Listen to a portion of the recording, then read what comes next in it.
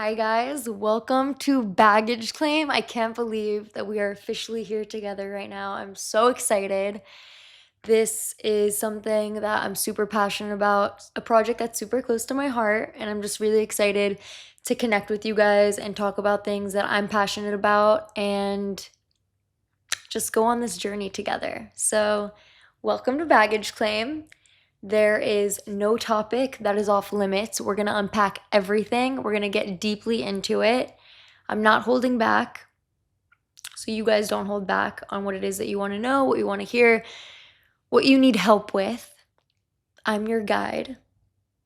Let's get started. So today's episode is the bag I never packed.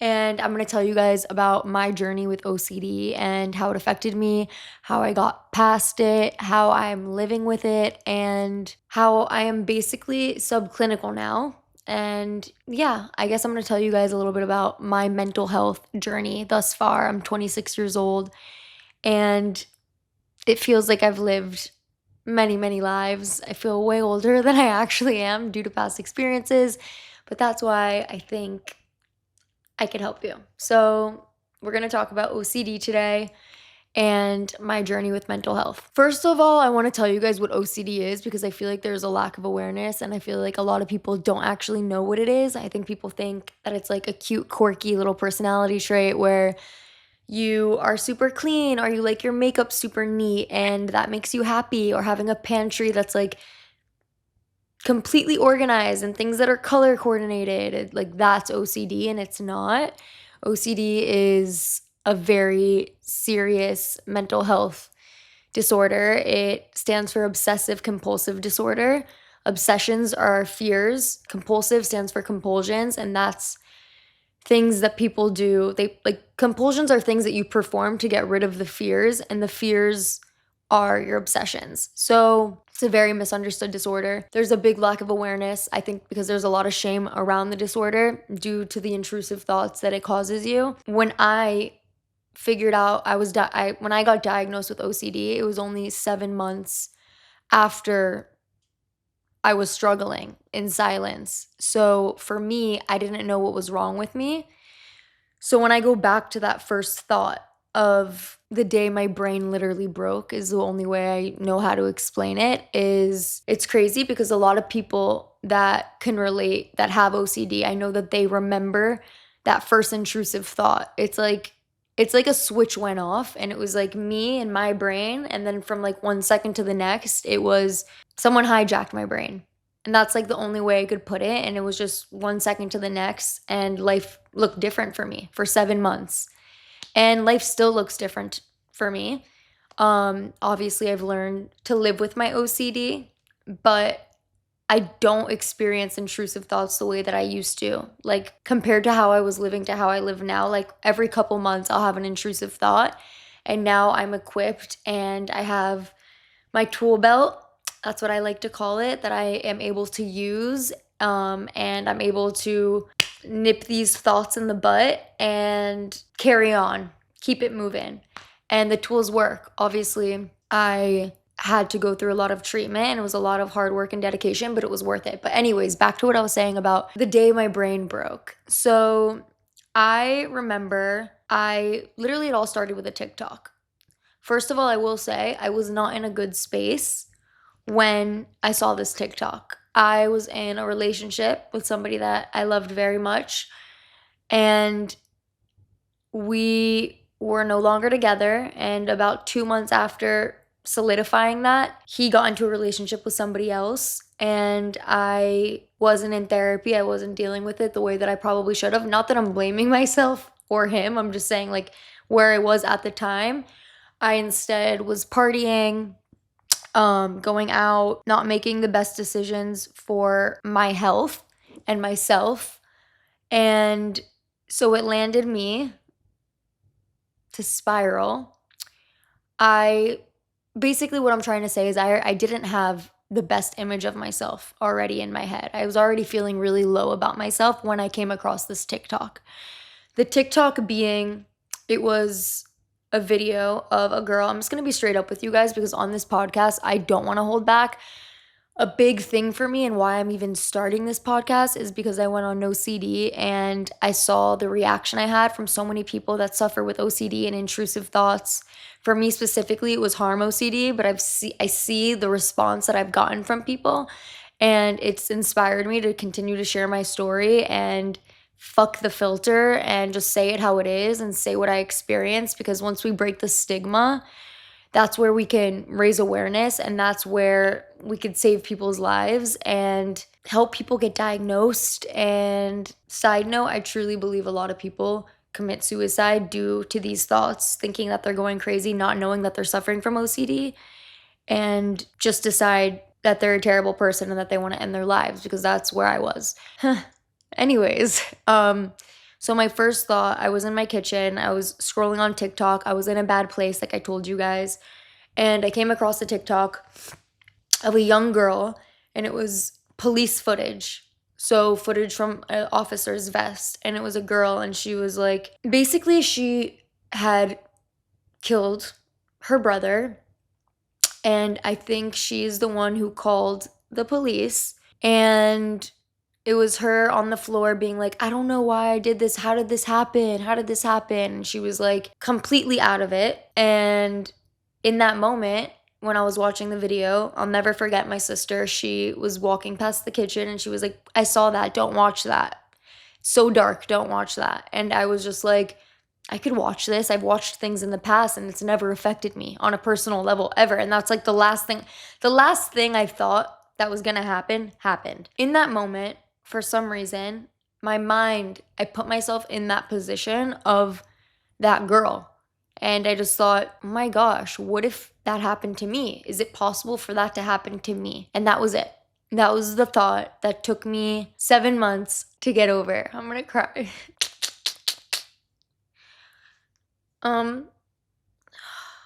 It's just hard for me because when I go back to that moment, it's just like that one sticky thought that I didn't catch a break for like months. Like I was just in pain, like just like in a cycle, like 24/7 reviewing these thoughts. And I didn't know what was wrong with me. So when I talk about it and I go back to that time, I just feel that like it was just really scary. Like it was the scariest thing I had ever been through in my life, like up until this point. And I want to say, I think, and I hope it's the scariest thing I'll ever go through. It started with the what if, right? And then the what if turned into other thoughts. Well, you were in a really bad relationship. What if that could have turned you into a bad person? And by the way, this is all my OCD, obviously, creating all of these thoughts, creating all of these answers to these thoughts to basically like tell myself like, yeah, it's possible, like be careful, like that type of like reassurance flying through to maybe that could be true. I just remember later that day I was still, it felt like a piece of gum just like stuck in between my eyes, like just like this, like just the intrusive thoughts of me harming my sister, of statements that I knew weren't mine ringing in my head. And I just remember thinking, oh my God, why can't I stop thinking about this? And the more I wondered why, the more I thought about it. So I literally became sickly obsessed with the thought of harming my sister. And not because I wanted to have those thoughts, but because those thoughts chose me, the bag I never packed. And I was stuck with those thoughts for 7 months, undiagnosed. And I reached a point. I will tell you guys all my compulsions because I feel like it's important to tell you guys what my compulsions were. I suffered from POCD, which is pure OCD, and that's where all of your compulsions are mental, or most of them. And most of mine were mental. And it was not something people could see on the outside or things I would do routinely, but more so, I mean, there were a few things that I would do like physically that was compulsive, but it was more of a mental thing for me, most of my compulsions. And I actually do want to read it to you guys, so I'm going to have my sister go get me my journal. She's here with me, by the way. Intermission. But I really want to get deep with you guys, and I want to like tell you exactly what it was I was suffering from, tell you guys how I got over these thoughts, tell you guys where I am now, and break the fucking stigma, because the stigma kills. There's no shame in suffering from OCD, and there shouldn't be, because the more shame you feel, the less likely you are to speak out for help and actually go full throttle into therapy. Like, you need to let go of the shame and just go full force, and that's how you're going to get past it.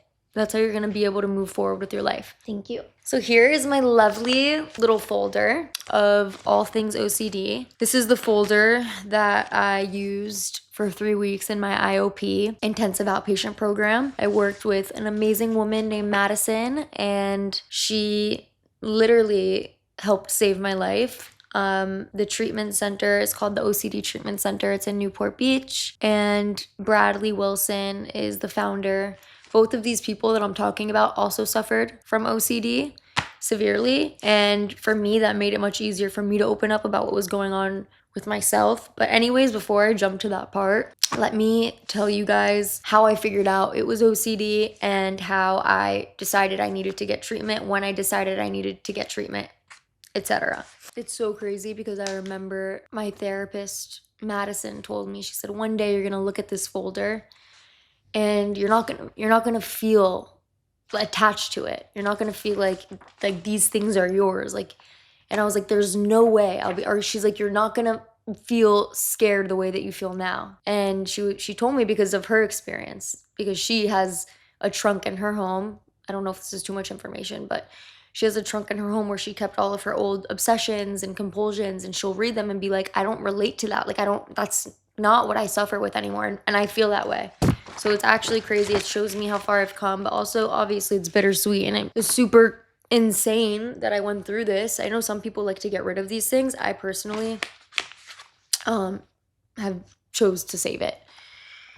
Okay, so these are my compulsions. I'm not gonna go over my specific obsessions because I just feel like if you know, you know. I'm not gonna get into it, but like my detailed obsessions. So my compulsions were ruminating, mental checking, catastrophizing, needing to know and trying to solve, arguing the thoughts, seeking reassurance, hugging my sister. Like, anytime I would have a negative thought, I would want to hug her. Because I thought if I hug her, then I don't even know what I was thinking in that moment, but probably if I hug my sister, then nothing bad will happen. So I need to hug my sister right now. My OCD is telling me I need to give my sister a hug. Counting and affirmations. I also had, I would do this thing where when I would shower, and I would just kind of hope and pray that after the shower I would get out and be like clean of the thoughts, and I would sit in the shower thinking about it, get out thinking about it. It was wild. I would also brush my teeth. For a short period of time I did this. I would brush my teeth with my left hand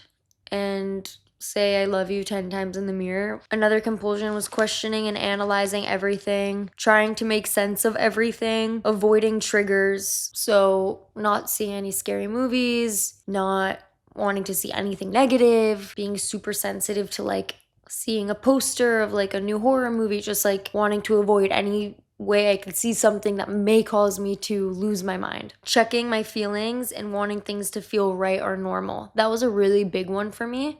That one was really hard for me to get over, and that was probably my last compulsion that I scratched because I kept wanting to feel how I felt before. How do I feel? Like, do I feel normal when I'm talking to my sister? How do I feel? You know, like, do I feel normal? Like, and that was a really hard one for me to let go of, checking my feelings, making sure things feel normal, making sure things feel right, or wanting things to feel the way that they felt before my OCD. And that was a big one for me. Looking for a feeling that I couldn't find, and then looking for certainty was the last one. I could read you some of my fears. Fear of going crazy. Don't read any of this. By the way, I mean, she can, but I would assume she wouldn't want to. Fear of not being, these were like I'll read you some fears that were like stemming like inside of me, that like just some fears I was having. I'm not going to go into like images and sensations and things like that, but I had fear of becoming ill and dying from anxiety, fear of not being able to nurture my relationships, fear of harming sister, fear of going crazy, fear of secretly being a bad person or a killer, fear of not being able to have the life that I want. So these were all fears that were going on in my head. So those were my compulsions, guys. I just thought that I should share those with you because I've never opened up about what my compulsions were. I went on the No CD podcast and I told my story, but I never got into specifics about what exactly my compulsions were. So I feel like that could help some people. or I don't know, someone that's suffering with OCD can relate to some of that. So that's that. Since this episode is about my lived experience with OCD, I thought that it was only right to talk about No CD. It's an app that you could download on your phone. It's literally super easy. You literally go to the App Store, download No CD. You're able to connect with licensed therapists that specialize in OCD treatment. They do exposure and response therapy, and it's accessible to everyone. So if you're struggling with intrusive thoughts or OCD, download the No CD app. I'll put the link with my little code in the bio so that you guys could check it out and work with No CD. They're really amazing, and they have been helping so many people that suffer from OCD. When I finally realized, I knew something was wrong, obviously. I literally thought, yeah, my brain literally broke, but I also was like, I need to research this. So it got to a point where I would start Googling my symptoms, and OCD, harm OCD would pop up. And I was so afraid to read it because I'm like, what does that mean? So it took a lot of courage for me to finally read it. And then once I did read it, I was like, okay, this is a thing that other people are suffering from. But it said that there was no cure. And that was the part that really scared me, because I'm like, I can't live like this. I won't live like this. And I just got to a place where I was suicidal. I was having suicidal thoughts. I wanted to be literally put to sleep. I knew it was bad when I was on a plane back to LA, and they sat me far away from my family. Like I didn't end up sitting with my mom and my sister, and I thought to myself, okay, good. I'm happy I'm far away from them because then I can't hurt them. But then also good because now I could research things that I want to research. So I started looking up like places in the world that will put me to sleep. And I just remember in that moment being so like distraught and upset, because I'm like, you hear stories about things like this. You hear people commit suicide. You see these things, but I never thought that I'd be someone that even came close to that kind of thought, or those kind of thoughts of wanting to not be alive. But it's like I love my life so much, obviously, but it's like, I just knew in that moment I would do anything to live again, because to me, I was already like dead. Like I had lost so much of myself to the point where I I couldn't even look in the mirror because I didn't see myself. I didn't know how to dress because I forgot. I didn't What did I like? There was not like I was literally just like a shell of myself, and I just knew I needed help. So I opened up obviously to my family, and my dad actually is the one who found the treatment center that I spoke about earlier, and I was able to go and get treatment. And yeah, I did exposure and response therapy for 3 weeks.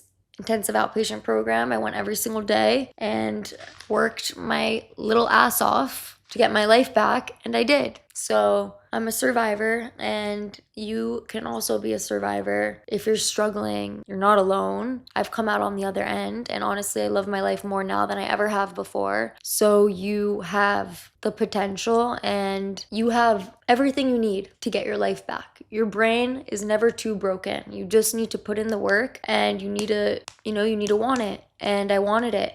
And I'm beyond thankful for the help I got. For me, what really helped me in the IOP was AIM, acknowledge, ignore, move on. That was the first one that I got to know. Well, there was a lot in therapy. Honestly, I could get into the details of it, but basically when I got to therapy, my therapist asked me to name my OCD. I was obviously highly uncomfortable with that because I'm like, oh my God, I'm giving it an identity. This is so weird. Like it's gonna be this weird thing, like whatever. Obviously, like nobody wants to do that, but I like slept on it for a few days, and I finally came up with a name. So I named my OCD Dumbo.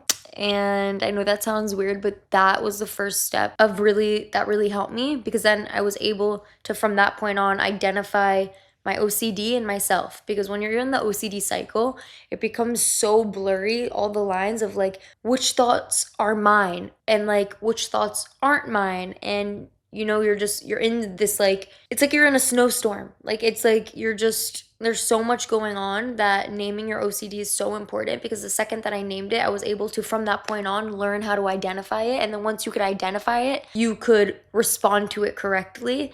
And once you respond to it correctly, you're going to shrink it down to this tiny little thing, because you're not compulsing and you're not performing compulsions, which grow it. You're doing the opposite, and you're able to shrink it down to this little thing if you starve it, and then you're able to have clarity again. So that's basically what happened with me. So I went in there, I named my OCD, and we obviously got into everything. I wrote a shit ton of narratives that were really hard to write. I did a shit ton of things that were really hard. I said a lot of things that were hard for me to say. I put it all out there, and I said, I'll do anything to get better. I don't care, I'll do anything to get better. And of course, my anxiety was bad throughout those 3 weeks. It got worse before it got better. There were so many times I thought, like, maybe I should just quit. I don't want to keep going with this. I'm getting too scared, but I had to see it through, right? Because if I didn't, I don't think I would have been able to continue on. So it's like I didn't give myself a choice but to do so. So I did. Okay, so AIM was one of the first things I learned.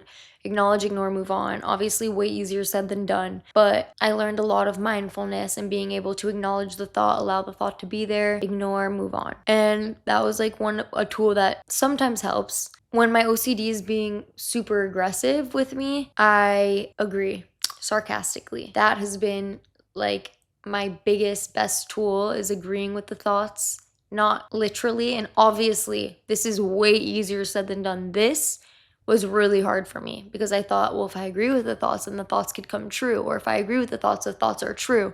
And you feel awful and you don't ever want to, agree with thoughts like that. But it saved my life. And being able to have this bitchy side of me come out and be like, yep, you know what? You're right, Dumbo. Yep, that's exactly, you're right. It kind of disarms the thought and it makes it like less scary. Obviously, I hope anyone watching this isn't like, okay, I'm gonna try to do that now, and then you try and it's not working, or there's certain things. Like, this took me time and patience and like everything in me. So I don't want you to see this and be like, oh, okay, like, let me try this now. Like, this was a long and scary road and there were so many things in between, but those are just the tools that personally help me till this day. So I thought that I would share that, but it's way more complex and there's a lot more to it. And obviously I'm not a certified therapist. I'm just telling you guys which tools work for me till this day. And exaggeration and agreeing with the thoughts help me. Part of exposure and response therapy is learning to do those things and writing narratives and just being open to what your therapist wants you to do and listening and just being a good sport about it and diving in. You gotta go through it, right? You have to walk through it. So you gotta climb up that mountain and you gotta put your hiking boots on and you gotta just do it. Listening to your therapist and trusting your therapist. And I guess that's how I got through it, is working with somebody who suffered from severe OCD, and I knew she wasn't judging me and I knew she could understand me somewhat to what I was dealing with, even if it's a different subtype that she suffered with. But it was refreshing to work with people who also have suffered from OCD, because they actually could understand what it's like when you feel like a prisoner in your own mind. So yeah, so like having a therapist that you trust, having someone you could open up to. By the way, like, if you don't have that person, let that person be me. If anyone needs anything, like, DM me, girl, DM me, guy, like, DM me, anyone. Like, I could be that person for you so that you're not alone. There's nothing you could tell me or talk to me about that would shake me or scare me. At least I don't think. Maybe, but I don't think so. So yeah, just having someone to talk to, having a therapist that you could talk to, and just having a good support system and staying strong and having faith. Those are the things that help me. I wish people like understood what OCD really was, and I hope that in time we are able to spread awareness and talk about it and be able to openly, freely talk about the different subtypes and just keep spreading awareness, because the lack of awareness is hurting people in current time. I'm sure there's people suffering that don't know what they're suffering from. So for me, I wish people knew what it really was, instead of spreading a false narrative on it being this quirky thing that the media portrays it to be, of something of like a love of organization or things like that. So that's one thing I wish people knew about OCD more. I also wish people knew, I don't know if this is just a me thing, but I wish for people to know that it's an ego dystonic disorder and it's opposite to your morals and your like internal compass and like what you believe in, and everything that you love is what it latches onto. So it's literally the complete opposite to who you are as a person. And it's a fear-based disorder, and obsessions are fears. Obsessions aren't things you like, So I wish that that was spoken about more. I also wish that people, I mean, I don't wish anyone knew, but I wish people could be a little bit more sensitive. I know sometimes I've struggled with people being like, oh, well, like, just stop thinking about it. Or there's just certain things I think that you could say to somebody with OCD that could trigger them to feel worse. And I could do another video about that on like things to say, not to say to somebody with OCD, or things that have helped me, things that I've taught my family, because obviously there's been times where I'm like, please don't say that to me, or like, I can't believe you just said that to me, because it's so insensitive to me and my brain and what I'm going through. So that's like a whole other topic. But yeah, luckily for me, I'm very close with my family, and I was able to open up to my mom first. I didn't open up so much to my sister because I didn't want to freak her out, and it was just us two living together at the time in LA. And then I opened up to my father as well, who's like struggled with his mental health. And you don't know until you're in that position, like the amount of shame and just discomfort and disgust you feel within yourself. It's like, I'm talking to you. If you could relate, like, I'm talking to you, like, I get it, I understand. You won't feel like this forever. And if you're someone who's made it out the other side, congratulations to you. I love you, and I know how hard it is, how hard it was. What changed for me once I knew was I was able to get treatment. I was able to get a diagnosis. I was able to know I wasn't just losing my mind. So many things changed for me. So that's why I'm trying to spread awareness. The way I manage my OCD today is I'm always wearing my tool belt. I never take that thing off. It's invisible, but I'm wearing it 24/7. I use my tools when I need to. And other than that, I honestly live my life exactly the way that I want to, because I'm in the driver's seat. But other than that, I mean, I do therapy check-ins when I need to, when I feel like, the floor is getting a little slippery, so I don't slip. And I just remember to not engage with certain thoughts, and I don't. And I let them come and I let them go. And if the thoughts are aggressive, I am aggressive back, in not an aggressive way. Like, I'm not like fighting it, because you're not supposed to do that. But are you laughing?